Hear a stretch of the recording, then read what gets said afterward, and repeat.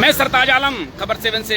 हम लोग उत्तराखंड के हल्द्वानी में, और हल्द्वानी में इस समय हम लोग मतगणना स्थल के ठीक बाहर हैं। लोकसभा चुनाव की मतगणना पूरे देश में चल रही है 543 लोकसभा सीटों पर।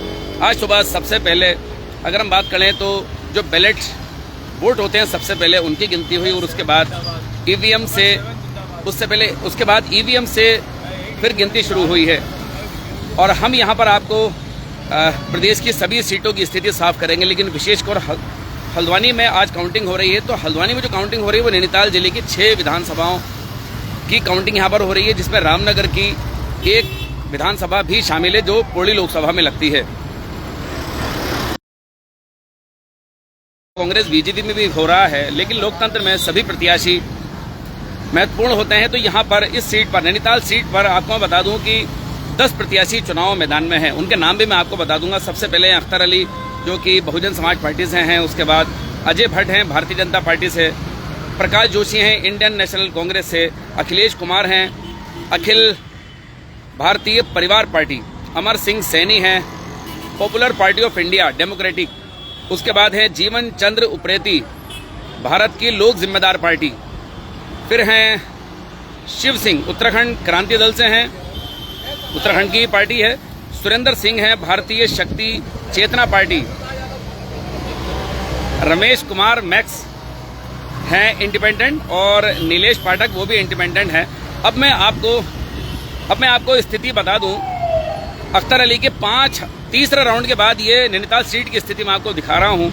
3 राउंड हो गए हैं कंप्लीट। बाकी अलग अलग विधानसभाओं में अलग अलग राउंड चल रहे हैं। जैसे कि हल्द्वानी में 8 राउंड तक गिनती हो गई है, लेकिन अब जो निर्वाचन आयोग है, निर्वाचन आयोग आपको जो यानी कि इस सीट पर 14 विधानसभाओं में जो टोटल राउंड होंगे उनमें बहुत ही एक्यूरेसी के साथ उन्होंने तीसरे राउंड की गिनती बताई है। ये मैं आपको बता देता हूं। अख्तर अली को अभी तक वोट पड़े हैं 5455। अजय भट्ट जो कि भाजपा के हैं उनको पड़े हैं 2,14,872 वोट। उसके बाद हैं कांग्रेस के प्रकाश जोशी, उनको पड़े हैं 90,928 वोट। तो यानी कि इस हिसाब से अगर हम देखें तो 1,24,000 से ज्यादा वोटों से भाजपा के अजय भट्ट आगे हैं। उसके अलावा अब मैं आपको बता दूं अखिलेश कुमार जो कि अखिल भारतीय परिवार पार्टी से हैं, उनके वोट पड़े हैं 1209। उसके बाद 853 वोट पड़े हैं अमर सिंह सैनी के, जीवन चंद्र उप्रेती के पड़े हैं 608 वोट, और 580 वोट पड़े हैं शिव सिंह उत्तराखंड क्रांति दल के। 519 वोट लाए हैं सुरेंद्र सिंह जो कि भारतीय शक्ति चेतना पार्टी से हैं। 877 वोट अखिलेश कुमार निर्दलीय मैक्स हैं, ये अखिलेश कुमार मैक्स इनका नाम लिखते हैं अपना ये। और उसके बाद 1144 वोट हितेश पाठक के हैं, और नोटा को पड़े हैं 2731 वोट। ये देखिए नोटा को 2731 वोट, जो किसी को वोट नहीं देना चाहते थे। तो ये तो रही स्थिति पूरी सीट की। अब मैं आपको हल्द्वानी में, क्योंकि 8 राउंड की गिनती हल्द्वानी की हो गई है, वो सूचना विभाग ने हमारे जारी किए हैं आंकड़े, मैं आपको वो बता देता हूं। हल्द्वानी 8वें चरण में अजय भट्ट के हैं 30,412 वोट, और प्रकाश जोशी के हैं 21,690 वोट। हल्द्वानी विधानसभा की मैंने आपको बताया। और उसके बाद लालकुआ 7वां राउंड, लालकुआ में 7 राउंड हो गए हैं। लालकुआ में अजय भट्ट को हैं 36,429 वोट, और प्रकाश जोशी को हैं 14,173 वोट। कालाडूंगी 8 राउंड हो गए हैं, वहां पर अजय भट्ट को पड़े हैं 40,998 वोट, और प्रकाश जोशी के हैं 14,274 वोट। रामनगर की भी वैसे गिनती है। अनिल बलूनी वहां पर लड़ रहे हैं, और गणेश गोदियाल जो कि कांग्रेस से हैं, अनिल बलूनी बीजेपी से हैं। अनिल बलूनी 13,375 वोट चौथे राउंड के बाद, और गणेश गोदियाल हैं 15,558 वोट। चौथे चरण के बाद की स्थिति ये रामनगर की है। रामनगर जो है वो पौड़ी लोकसभा में लगता है, नैनीताल जिले की एक सीट, लेकिन उसकी गिनती यहीं पर हो रही है। नैनीताल 3 चरणों के बाद नैनीताल की स्थिति मैं आपको बता देता हूं। अजय भट्ट को 8,033 वोट, प्रकाश जोशी को 4,202 वोट। उसके अलावा कालाढूंगी पहला चरण, दूसरा चरण, भीमताल 3 चरण के बाद अजय भट्ट को 9,898 वोट, और प्रकाश जोशी को हैं 3,208 वोट। 3 चरण के बाद नैनीताल में अजय भट्ट को 8,033 वोट, और प्रकाश जोशी को हैं 4,202 वोट। और हल्द्वानी में 8वें राउंड की स्थिति मैंने आपको बता दी। 7वें राउंड की स्थिति थी हल्द्वानी में 27,868 वोट और प्रकाश जोशी को हैं 17,735 वोट। यह हल्द्वानी में 7वें राउंड की स्थिति थी। उसके अलावा दूसरे राउंड की स्थिति मैं आपको दिखा देता हूं। देखिए, सेकंड राउंड में अजय भट्ट के थे 1,44,611 वोट। ये ऑल ओवर सेकंड राउंड की बात कर रहा हूं मैं, पूरी सीट पर 1,44,611 वोट और प्रकाश जोशी के थे 60,948 वोट। तो यानी कि दोनों के वोटों में अभी तक तो ठीक ठाक अंदर मुझे नजर आ रहा है। बाकी अगर हम 5 सीटों की बात करें तो एक बॉबी पवार को छोड़कर बाकी सभी सीटों पर बीजेपी आगे नजर आ रही है। रुझान है अभी ये, और अभी ऑल ओवर सीट की अगर हम बात करें तो सिर्फ 3 चरण ही उनकी गिनती सामने आई है। बाकी विधानसभा वार की बात करें तो कहीं पर 4 चरण हो गए हैं, कहीं पर 5, कहीं पर 6, कहीं पर 7, कहीं पर 8 चरण। जैसे हल्द्वानी है, हल्द्वानी 8 चरण हो गए हैं, उसमें भी अभी तक ये बीजेपी आगे चल रही है, कांग्रेस उसमें पीछे है। बाकी निर्दलीय या अन्य दलों के जो लोग हैं वो तो बहुत ही पीछे चल रहे हैं और उनके वोट तो सिर्फ किसी ने 3 का आंकड़ा छुआ है, 3 नंबर का, और किसी ने 4 नंबर का। तो ये फिलहाल स्थिति है। बाकी इंडिया गठबंधन और एनडीए, आप टेलीविजन पर आप लगातार देख रहे होंगे कि उन दोनों की स्थिति क्या है। हालांकि बढ़त की अगर हम बात करें, रुझानों में जो बढ़त आ रही है वो एनडीए को बढ़त दिखाई दे रही है, लेकिन एनडीए का आंकड़ा एक जगह थमा हुआ है, जबकि इंडिया के जो आंकड़े हैं वो लगातार बढ़ रहे हैं। जैसे कि रुझान सुबह शुरू हुए तो उनके जो रुझान आए वो 200 सीटों के आसपास उनको रुझान आए, लेकिन उसी के बाद अगर हम बात करें, इंडिया गठबंधन के आंकड़े लगातार बढ़ रहे हैं। जैसे कि नजर आ रहा है उत्तर प्रदेश के अंदर अभी तक के रुझानों में इंडिया गठबंधन काफी बढ़त बनाते हुए दिख रहा है। मेरे साथ यहाँ पर कुछ पत्रकार साथी मेरे साथ हैं, हम लोग इनसे जरूर बात करेंगे और जानेंगे। मेरे साथ यहाँ पर कुछ साथी हैं, हम उनसे बात करते हैं। और आज चूंकि देखिए तमाम प्रेस के साथी आज उधम सिंह नगर नैनीताल जिले में 2 जगहों पर काउंटिंग हो रही है, क्योंकि उधम सिंह नगर जो 9 विधानसभाएं हैं उनकी काउंटिंग रुद्रपुर में हो रही है और इस सीट पर 5 विधानसभाओं की और रामनगर भी इसमें साथ है, तो 6 विधानसभाओं की काउंटिंग आज हल्द्वानी एमपीपीजी कॉलेज में हो रही है। मेरे साथ यहाँ पर एबीपी न्यूज के सीनियर पत्रकार हैं अंकित शाह। आप सभी लोग जानते हैं खबर 7 के लाइव में बड़ा स्वागत और इस्तकबाल है। अंदर से तो हम लोग लाइव नहीं कर सकते थे, मतगणना स्थल के बाहर से हम लोग कर रहे हैं। काउंटिंग चल रही है, क्या कहना चाहेंगे इस पर? देखिए सरताज भाई, पहले तो आपको ढेर सारी बधाई हैं जी, क्योंकि आप इसको कवर भी कर रहे हैं और काफ़ी लोग आपको देखते हैं, सुनते हैं। और जैसे आज काउंटिंग का दिन है, काफ़ी लोगों को उम्मीद है क्योंकि उन्होंने अपने मत का प्रयोग किया है और जिस तरह से रुझान आज देखने को मिले हैं वो चौंकाने वाले रुझान देखने को मिले। ये उम्मीद नहीं थी एक तरफ से। अच्छा, भले ही जनता नाराज चल रही थी, लेकिन इस तरह की उम्मीद जो रुझानों में आ रही है, ये उम्मीद नहीं थी, क्योंकि जो आंकड़े एग्जिट पोल दिखा रहा था, आपने भी देखे होंगे एग्जिट पोल बीजेपी को बढ़त दिखा रहा था, जबरदस्त बढ़त, 400 के आसपास सीटें दिखाई दे रही थी एनडीए, यानी कि 300 से समझ लीजिए 392 समथिंग का। और ये रुझान अब लगा लीजिए मुश्किल से 80 या 90 में अटक गया है मामला। अब तो आप देख रहे 290 के आसपास रुझान अभी जो चल रहे हैं। अगर ये रुझान के मुताबिक ये रिजल्ट आता है तो ये हैरान करने वाली बात होगी। स्थिति इस कदर है क्योंकि जनता नाराज है, लेकिन इस तरह नाराज होगी कि शायद भाजपा वाले भी नहीं जानेंगे अगर रुझान के मुताबिक रिजल्ट आता है। नहीं अंकित मेरा एक सवाल यहाँ पर यह है आपसे, क्योंकि देखिए आप तमाम चुनाव को कवर करते रहे हैं, आपने एग्जिट पोल भी कवर किए हैं, बहुत सारे आपके चैनल पर भी आते हैं। तो मैं एक बात ही पूछना चाह रहा था, जैसे एग्जिट पोल अमूमन नतीजों के इर्द गिर्द दिखाई देते हैं, लेकिन यहाँ तो रुझानों के इर्द गिर्द नजर नहीं आ रहे हैं, जबकि इंडिया गठबंधन कल से ही चैलेंज कर रहा है एग्जिट पोल को।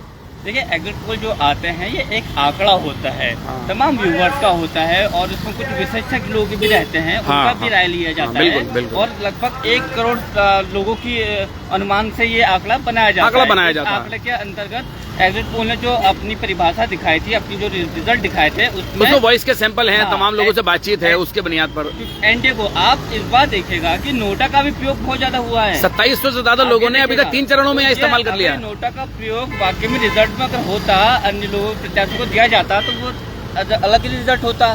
तो नोटा का रिजल्ट आना, इस तरह से लोगों का नोटा पर रुझान करना, तो ये तो फिर उम्मीद से परे है। तो ये आने वाले समय में पार्टियों के लिए एक मुसीबत का सवाल भी खड़ा कर सकती है, अगर क्योंकि इंडिया अगर इस तरह की फाइट दे सकती है तो भाजपा के प्रश्न पर बहुत बड़ा सवाल उठता है।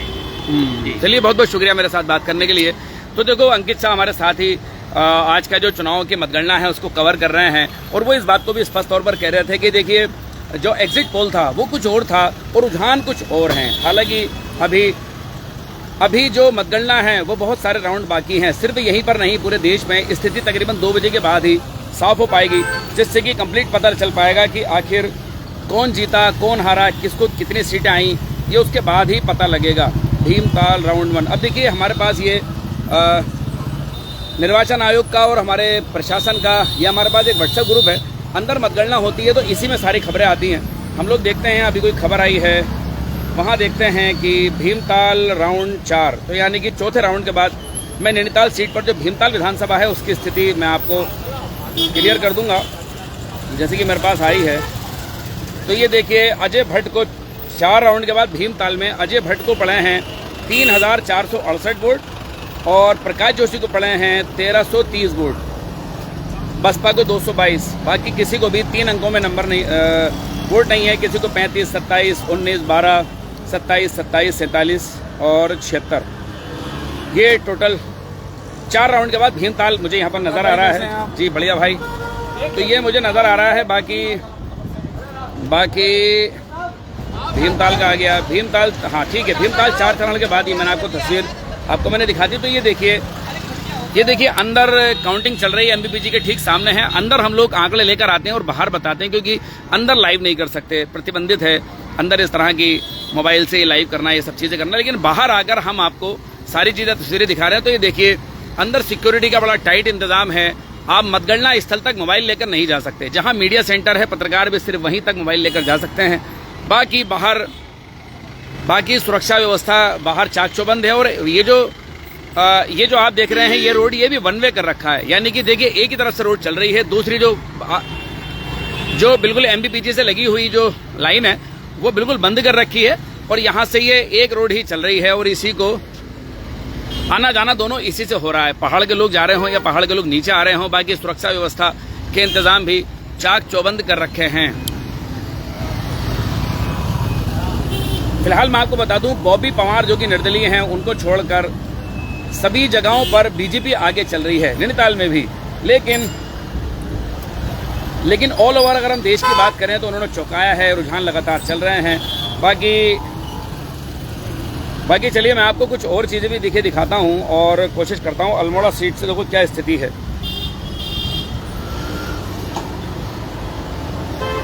अल्मोड़ा सीट की स्थिति मैं आपको बताता हूं, ठीक है।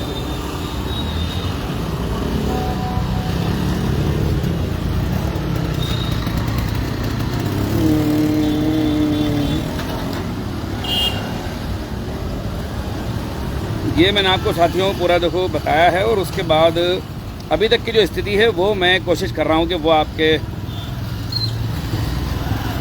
हाँ देखो ये कुछ और स्थिति भी हमारे सामने आगे आ रही है। हरिद्वार में त्रिवेंद्र 25,000 वोटों से आगे चल रहे हैं, जो कि भाजपा के हैं, वो स्थिति भी आई है। चलो एक पाँचों की स्थिति मैं आपको दिखाता हूँ। देखो एक हमारे पास ये एक आंकड़ा ही अंदर से आया है अभी इलेक्शन कमीशन का, उसको देखते हैं। टिहरी लोकसभा सीट से बीजेपी प्रत्याशी माला राज्य लक्ष्मी शाह आगे हैं। बीजेपी प्रत्याशी माला राज्य लक्ष्मी 22,056 वोटों से आगे हैं। देखो पौड़ी लोकसभा सीट से बीजेपी प्रत्याशी अनिल बलूनी आगे हैं, और अनिल बलूनी जो हैं वो 33,287 वोट से आगे हैं। अल्मोड़ा में अजय टमटा जो कि भाजपा प्रत्याशी हैं वो 59,752 वोट से आगे हैं। और नैनीताल में मैंने आपको बताया कि नैनीताल में तो 1 लाख वोटों से ज़्यादा अजय भट्ट आगे चल रहे हैं। और हरिद्वार सीट से त्रिवेंद्र सिंह रावत हैं, वो 23,868 वोटों से आगे चल रहे हैं। कांग्रेस प्रत्याशी हरीश रावत के बेटे वहाँ से चुनाव लड़ रहे हैं। तो ये स्थिति मैंने आपको बताई। बॉबी पवार टक्कर दे रहे थे अभी तक, दूसरे तीसरे राउंड तक, थोड़ा सा इससे मुझे लगता है बीजेपी वहाँ पर आगे आ गई है। तो जो कि नतीजे हैं वो यहाँ पर अभी साफ होते हुए हल्के हल्के दिखाई देंगे। रुझान चल रहा है साथियों, आप हमारे साथ बने रहिए, और कम से कम इस सीट की पूरी स्थिति हम आपको अवगत कराते रहेंगे। आप हमारे साथ बने रहिए, जो होगा ठीक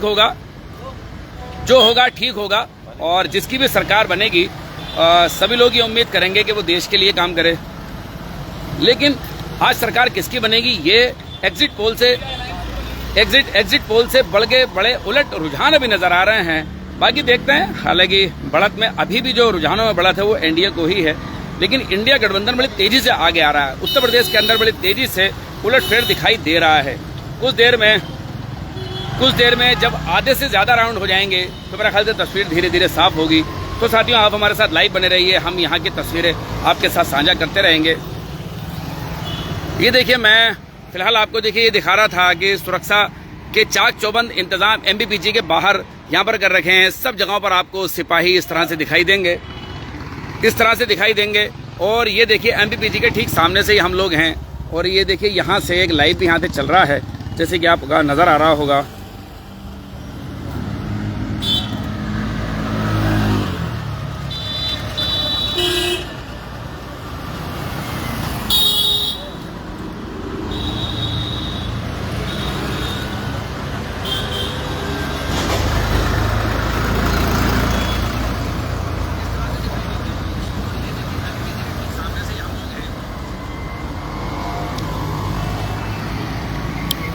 तो साथियों, आप हमारे साथ बने रहिए। अभी 3 राउंड कंप्लीट हुए हैं, चौथे, 5वें, छठे जिस तरह के राउंड होंगे हम आपके साथ लाइव आते रहेंगे और यहाँ की तस्वीर को साफ करते रहेंगे।